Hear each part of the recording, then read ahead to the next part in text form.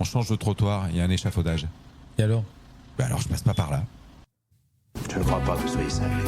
Vous voulez un peu de café, monsieur Tully? Je le dois? Oui, ça vous fera du bien.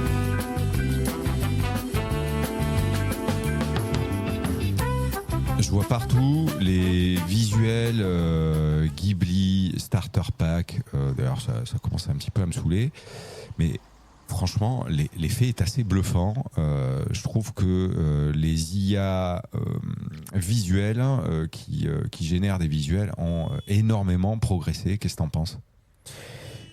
Alors ça a progressé. Alors moi je suis un peu comme toi, on est hyper soumis à ça.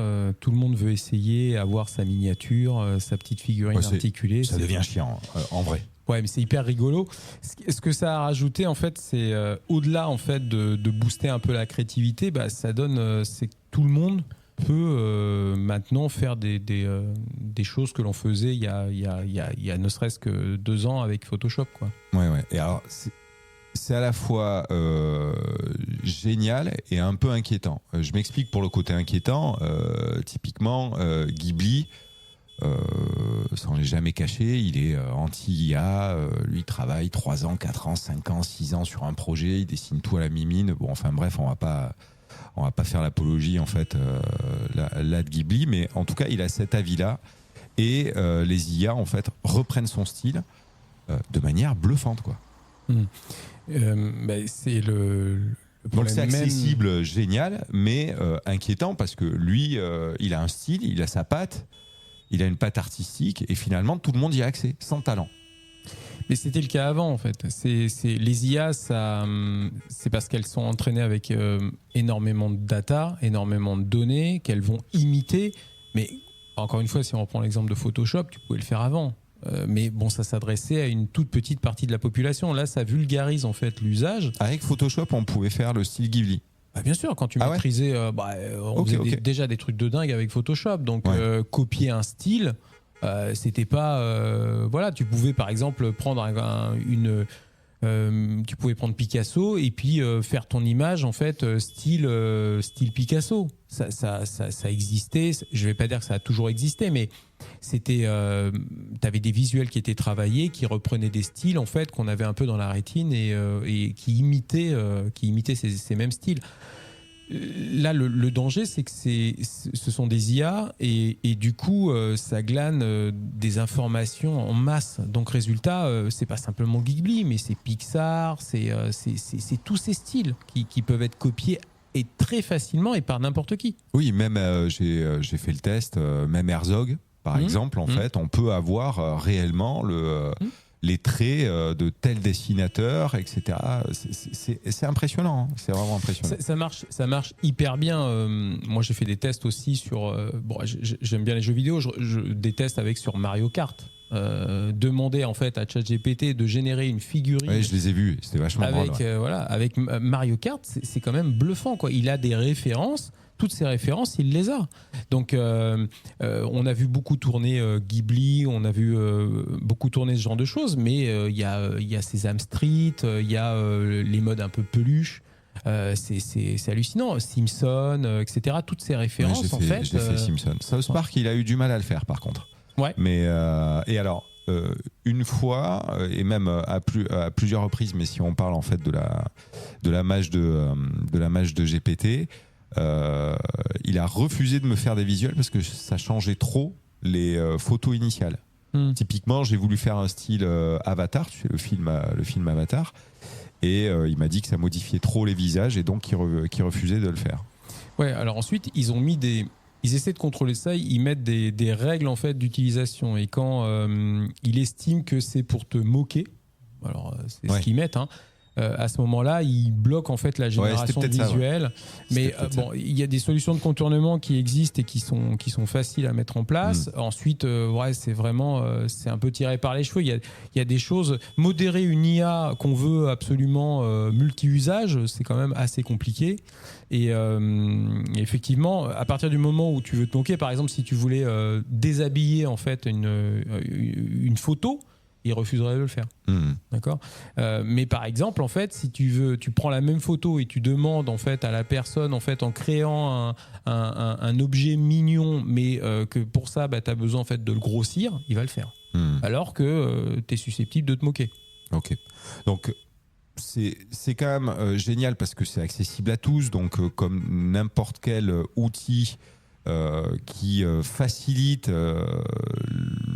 peut-être pas le quotidien, mais en tout cas, ça suscite aussi un petit peu de créativité chez des personnes qui ne l'étaient pas à la base. Ouais. En fait, ça fait partie de ces. T'as un outil qui est nouveau. Et surtout qui donne accès en fait à un potentiel avant qui était réservé à une élite. Maîtriser Photoshop, je ne sais pas si tu as déjà utilisé ce logiciel. Non, c'est pour ça que ça m'étonnait, mais voilà, c'était costaud quoi. Voilà, la courbe d'apprentissage, elle est quand même relativement longue. Alors que là, on a un pont facile qui est créé en fait par ChatGPT.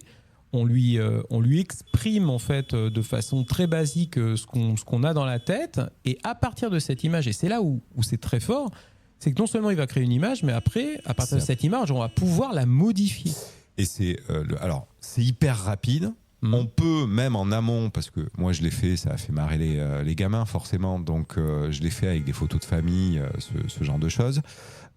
Tu intègres une photo, il la récupère, tu lui demandes de la faire en fait dans tel style, et ensuite tu peux générer en fait d'autres situations avec ces mêmes personnages, et il récupère ces personnages, chose qu'il ne savait pas faire. À la base. Ouais. Et il le fait relativement bien. Alors des fois, il y a des petits... il y a des bugs, ouais. Mais c'est quand même... là, on est au début de ça. Et avant, effectivement, prendre un personnage, le mettre en fait... par exemple, générer une BD, c'était quasi impossible. Ou alors, il fallait utiliser des IA très spécialisées parce qu'il déformait. Il déformait le personnage principal. Et là, aujourd'hui, il est capable de faire une BD. On pourrait très bien faire une BD, ce qui pose d'autres problèmes, parce qu'on pourrait faire une BD sur ChatGPT, la vendre sur Amazon. C'est ce qui s'est passé avec les livres. Voilà. Bien sûr. Ensuite, que ça soit créé par une IA ou que ça soit créé... Moi, je me dis, à partir du moment où c'est de qualité et que ça nous plaît ou que ça apporte quelque chose, pourquoi pas ? Je veux dire, c'est... Alors, ce qu'il y a de bien, c'est que c'est un outil, c'est le côté génial du truc, c'est que c'est un outil qui peut donner accès à de la créativité, en tout cas un outil créatif qui peut aider à la créativité à des personnes, auprès de personnes qui ne l'étaient pas à la base. Et il y en a beaucoup qui l'ont utilisé parce que, 1, c'est simple, tu l'as dit, 2, c'est hyper rapide. Je crois que TechCrunch a donné en fait un chiffre assez hallucinant. Il y a quand même plus de 2 milliards d'images qui ont été créées avec les outils générateurs de visuels. Donc c'est assez impressionnant. Puis je me mets à la place d'un petit entrepreneur qui n'a pas trop le temps, qui veut créer des visuels un petit peu sympas pour sa petite entreprise sur les réseaux sociaux. Bon, ça peut aider. Donc ça, c'est le côté génial. Maintenant, tu le disais tout à l'heure, il y a un côté inquiétant, mais en même temps, on va toujours avoir besoin d'une expertise sur les personnes en fait qui savent créer, elles, des choses uniques. Oui, enfin... Je parle des photographes, je parle des artistes en général, parce que tu parlais de BD. Il y a une touche en fait, il y a une touche typique qui va être compliquée pour le moment, en tout cas pour une IA à générer. Donc on va pas rentrer dans une qualité hyper artistique, parce que c'est encore un peu généraliste. Personne ne peut dire aujourd'hui comment ça va évoluer. Ensuite, sans doute que, par exemple, être dessinateur, ils deviendront des super utilisateurs peut-être de ces outils-là, garder en fait leurs pattes et en même temps utiliser l'IA pour améliorer leur propre production, aller encore plus loin, plus rapidement. C'est ça. Mais savoir s'il n'y aura pas une super IA qui pourra vraiment être parfaite, etc. Ça risque d'arriver assez vite. Peut-être. Mais je pense que on a entendu il y a longtemps que les métiers allaient glisser, et c'est un peu ça. C'est-à-dire qu'on va greffer à nos métiers en fait une super utilisation de certaines IA pour améliorer notre production. Tu prenais l'exemple d'un entrepreneur qui n'a pas forcément le temps en fait de faire des visuels. Il voudrait être un peu plus présent sur les réseaux sociaux, etc., se mettre en scène.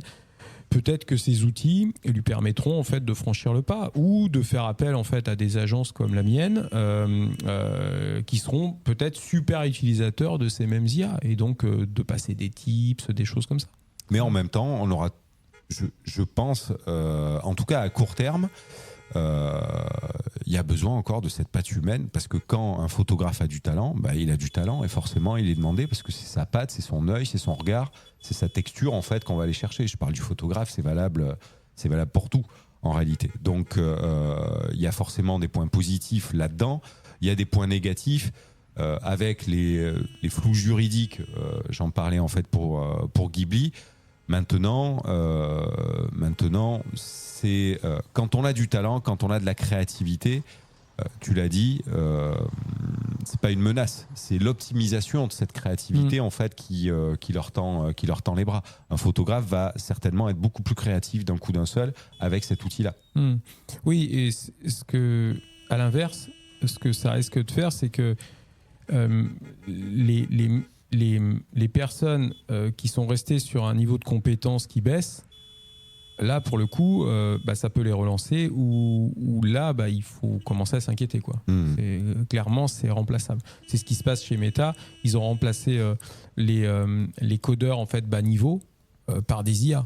Voilà. Parce que c'est extrêmement répétitif, parce qu'il n'y a pas vraiment de plus-value. Et même si c'est d'un point de vue humain c'est particulier, d'un point de vue technique, on comprend la mécanique en fait.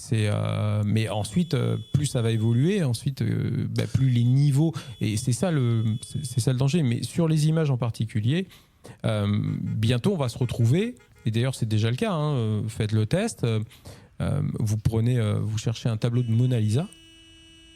Trouver le vrai tableau qui a été pris en fait dans la salle de Mona Lisa, mais c'est constellé en fait de reproduction. Oui, de reproduction voilà. d'IA. Ouais. Et donc ça devient compliqué de trouver en fait une œuvre originale en fait photographiée d'une certaine façon dans un moteur de recherche. Tellement il y a de production, tellement il y a de choses qui tout le monde peut le faire. Tout le monde peut le faire. Mais en tout cas aujourd'hui, il y a cet aspect-là, c'est-à-dire que quelqu'un, je vais les appeler les moyens courriers, quelqu'un qui est assez moyen en créativité ou en visuel ou en photo, ça va l'aider à rester moyen. En tout cas, ça nivelle un petit peu le niveau global, en fait de ce qu'on peut voir.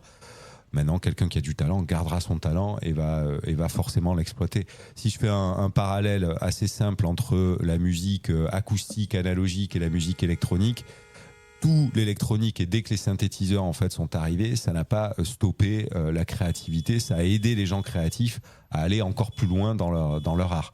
Donc on suppose en fait que un talent va rester un talent et ça va les aider à aller beaucoup plus loin quoi.